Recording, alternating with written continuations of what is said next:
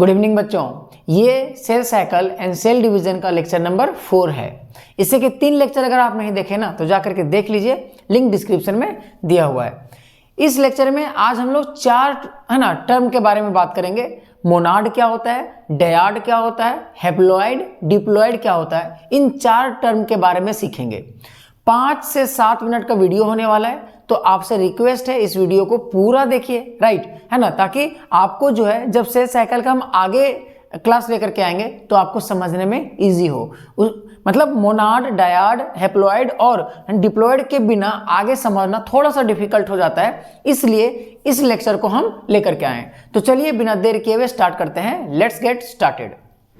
देखो बच्चों, यहां पर एक क्रोमोसोम है, राइट। एक सिंगल सा क्रोमोसोम लिए, एक रोड लाइक स्ट्रक्चर जो दिख रहा है ये क्रोमोसोम है, सिंगल क्रोमेटिड है, राइट। जो एक क्रोमोसोम में आपको दिख रहा है, ये बीच में जो दिख रहा है इसको बोलते हैं क्या, सेंट्रोमेयर। क्या बोलते हैं, सेंट्रोमेयर। ये जो क्रोमोसोम दिख रहा है आपको, ये रेप्लिकेटेड नहीं है, अनरेप्लिकेटेड क्रोमोसोम है। जब एक सेट में पाया जाएगा, एक सेट में, तब इसको क्या बोलेंगे, मोनाड। एक है, एक ही क्रोमोसोम को हम लोग क्या बोलेंगे, मोनाड बोलेंगे। ओके, अब यहां पर देखिए, जैसे ये क्रोमोसोम क्या होगा, डिवाइड करने मतलब डिवाइड करेगा, रेप्लिकेशन करेगा, तो ये सेट नंबर 1 यानी कि क्रोमोसोम नंबर 1 है, तो यहां भी वही क्रोमोसोम है ना, जब रेप्लिकेट हुआ तो इसी से ये जो दिख रहा है ना, इसी से क्या हुआ है ना, कॉपी होकर के एक नया रेप्लिकेटेड क्रोमोसोम बनाया। तो ये जो रेप्लिकेटेड क्रोमोसोम है और ये जो ओरिजिनल वाला क्रोमोसोम है, इन दोनों का जो है ना सेंट्रोमेयर है, जो सेंट्रोमेयर है वो कॉमन होगा, है ना। तो यहां पर कितने हो गए, 2 हो गए, तो 2 हो गए, इसलिए इसको डायड बोलेंगे। ध्यान समझना, मोनाड एक सिंगल रोड स्ट्रक्चर, एक ही क्रोमोसोम होगा, यहां भी सेम क्रोमोसोम होगा, लेकिन यहां पर रेप्लिकेटेड को दिखाया जाएगा। तो जैसे ही रेप्लिकेटेड को दिखाया जाएगा तो यहां पर क्या हुआ, ये टूट के आगे 2 ठो बनेगा, लेकिन अभी बना नहीं है। जब 2 एक ही क्रोमोसोम का जब वो रेप्लिकेटेड फॉर्म में दिख जाए और सेम सेंट्रोमेयर पर रहे, है ना, सेम सेंट्रोमेयर पर रहे, तो इस 1-2 इसको डायड बोलेंगे, है ना। और ये क्या हो गया, मोनाड हो गया। बात समझ में आया। और ये दोनों बना है, ये दोनों जो बना है ये रेप्लिकेटेड क्रोमोसोम है, राइट। देखिए ध्यान समझो, सिस्टर क्रोमेटिड्स क्या होता है, सिस्टर क्रोमेटिड्स 2 रेप्लिकेटेड, तो ये इसी को बोलते हैं, ये और ये, इन दोनों को। यानी कि जब क्रोमोसोम आप क्या हो जाता है, रेप्लिकेट हो जाता है, रेप्लिकेट होने के बाद जो रेप्लिकेटेड क्रोमोसोम है ना, तो यहां पर बन गया ना 2 ठो, इन दोनों को बोला जाता है सिस्टर क्रोमेटिड्स। देखिए 2 रेप्लिकेटेड क्रोमोसोम, 2 ठो जो रेप्लिकेटेड है, एक ये बना एक ये है ना। 2 replicated chromosomes are attached, attach होता है टू कॉमन सेंट्रोमेयर। देखो ये दोनों एक ही सेंट्रोमेयर से क्या है, अटैच है, तो हम लोग क्या बोलेंगे, इसको बोलेंगे सिस्टर क्रोमेटिड्स।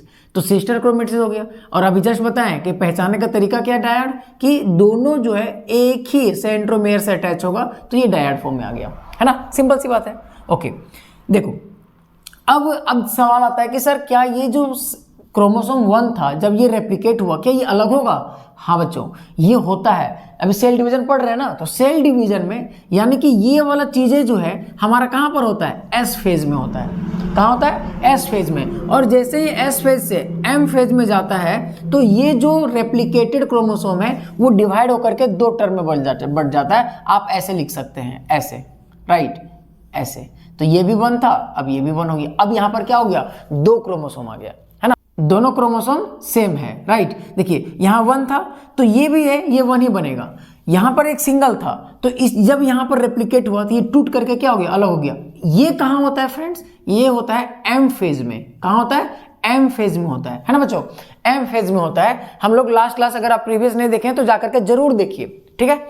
एम फेज में क्या होता है, ये जो क्रोमोसोम है वो मतलब सेपरेट हो जाता है। देखिए क्या लिखे, बोथ क्रोमेटिड्स, ये भी क्रोमेटिड है, देखिए ये भी, इसको भी क्रोमेटिड बोलेंगे, है ना, क्रोमेटिड नंबर 1, क्रोमेटिड नंबर 2। तो यहां पर दोनों मिला करके क्या बोलेंगे, है ना, सिस्टर क्रोमेटिड्स। सिस्टर क्रोमेटिड्स क्या होता है, 2 क्रोमेटिड जो सेम सेंट्रोमेयर को क्या करे, शेयर करे, राइट, इसको बोलते हैं सिस्टर क्रोमेटिड्स। 2 रेप्लिकेटेड, है ना, 2 replicated chromosomes are attached to the common centromere, right. चलिए आगे देखो, बोथ क्रोमेटिड्स, ये क्रोमेटिड्स और ये दोनों क्रोमेटिड्स, है ना, आर आइडेंटिकल, दोनों समान होता है। अगर ये 1 है तो ये भी ये 1 होगा। दैट मीन्स ये जितना इस ये जैसा है ना, बिल्कुल वैसे ही कॉपी होगा, है ना। कॉपी का मतलब क्या होता है यार, बिल्कुल जेरोक्स कॉपी। ये 1 है ना, तो रेप्लिकेटेड होने के बाद ये जो बनेगा ये भी 1 ही बनेगा। दैट मीन्स दोनों सेम आइडेंटिकल बनेगा। बोथ क्रोमेटिड्स आर आइडेंटिकल, क्या होता है, आइडेंटिकल विथ आइडेंटिकल जीन, दोनों में सेम जीन होगा। अगर ये क्रोमोसोम में जो भी जीन, इसमें जिस तरह का जीन होगा, इसको बनने के बाद यहाँ भी सेम जीन होगा, आइडेंटिकल जीन। देखिए नेक्स्ट पॉइंट क्या है, द टू सिस्टर्स, दोनों जो सिस्टर, ये क्रोमेटिड्स, पहला क्रोमेटिड्स दूसरा क्रोमेटिड, दोनों को क्या बोलते हैं, है ना, सिस्टर क्रोमेटिड बोलते हैं। The two sisters chromatids separate, ये अलग हो जाता है दोनों, during cell division, cell division के दौरान ये जो है अलग हो जाता है। ये इस तरह का फिगर बन जाएगा, है ना। तो आसान है। तो मोनाड क्या हो गया, एक क्रोमेटिड, राइट, जिसमें जो है किसी तरह का रेप्लिकेशन ना हो, मोनाड है। जैसे रेप्लिकेशन होना शुरू हो जाए तो वही क्रोमेटिड से क्या हो जाएगा, रेप्लिकेशन को दिखाएंगे तो यहाँ पर डायड हो जाएगा, सिंपल सी बात है।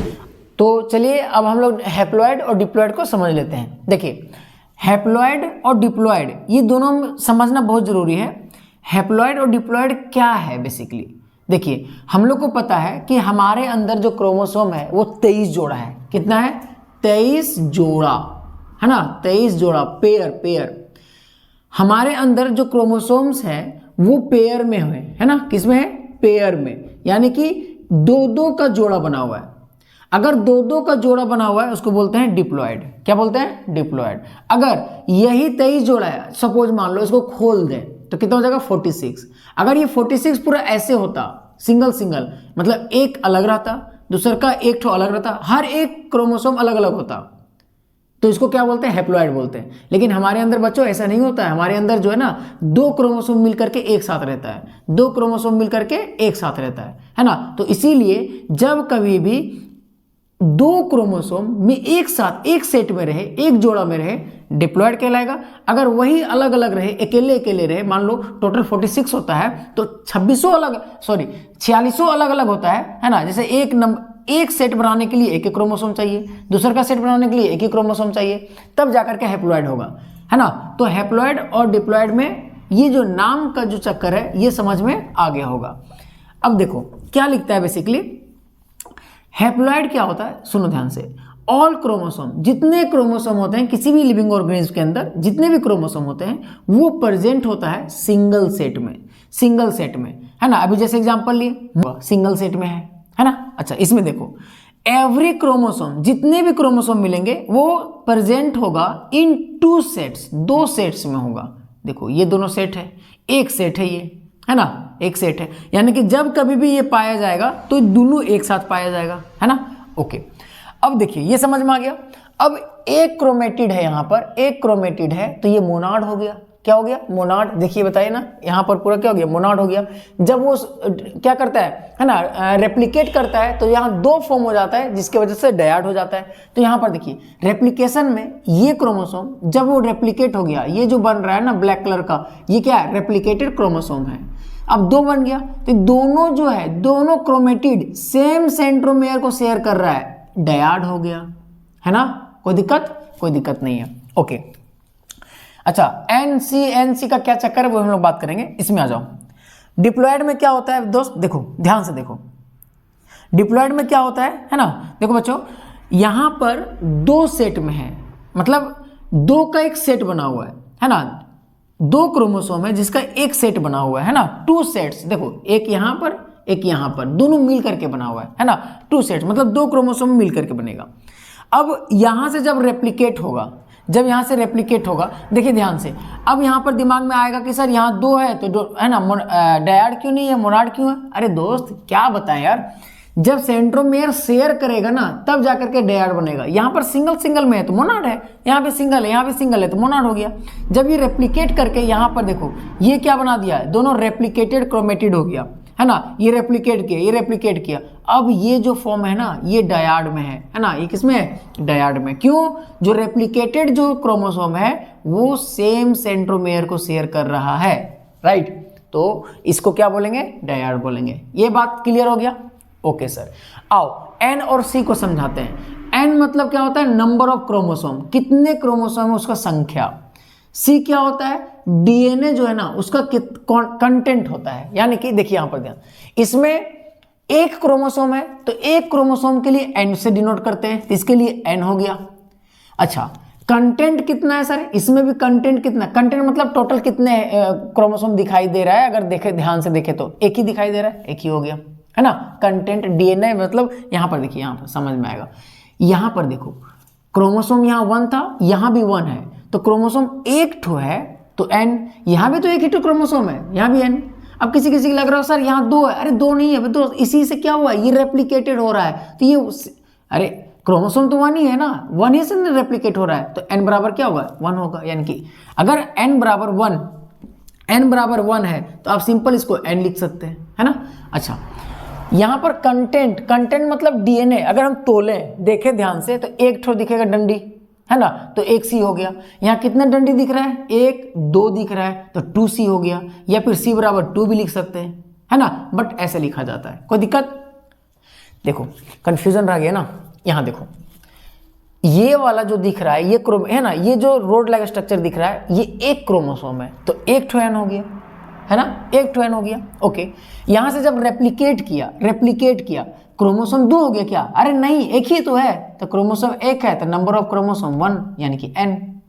यहां पर देखो ये अगर हम मेजर करें तो एक इसका होगा, तो ये कंटेंट सी हो गया, इसको मेजर करें तो 1 से 2 हो गया ना, तो 2 हो गया तो 2c हो गया, है ना। देखो यहां पर इसमें समझ में आएगा, यहां पर कितना है, ये क्रोमोसोम एक यहां पर 2 है ना, यहां पर क्या है 2 है, तो यहां पर क्या लिखेंगे 2n लिखेंगे, 2 क्रोमोसोम है, n बराबर नंबर ऑफ क्रोमोसोम कितने हैं, 1 और 1 2, तो यहां कितना हो जाएगा 2। यहां भी कितने क्रोमोसोम है 4, अरे नहीं 2 ही है, ये देखो ब्लू वाला क्या है, एक यहां, इसका तो ये रेप्लिकेटेड फॉर्म है ना, तो कितना हो जाएगा 2n। अब इसमें कंटेंट देखो, टोटल अगर मेजर करें तो 1 डंडी 2 डंडी, तो कितना हो जाएगा 2c। यहां कितना डंडी हो गया, 1 2 3 4, क्या हो गया 4c, है ना।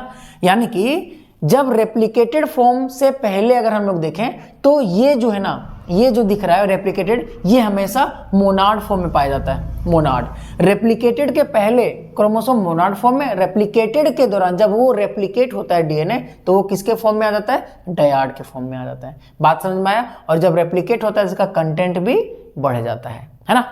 तो उम्मीद करते हैं ये समझ में आया होगा। अगर नहीं समझ में आया तो एक बार इस वीडियो को फिर से एक बार देखो, है ना, समझ में आ जाएगा। तो चलिए आज के लिए इतने ही रखते हैं, फिर मिलेंगे नेक्स्ट क्लास में। तब तक के लिए पढ़ते रहिए, स्वस्थ रहिए, और जितना भी प्रीवियस लेक्चर हो गया ना उसको रिवाइज करके जरूर आइएगा, है ना। तो चलिए, थैंक यू सो मच।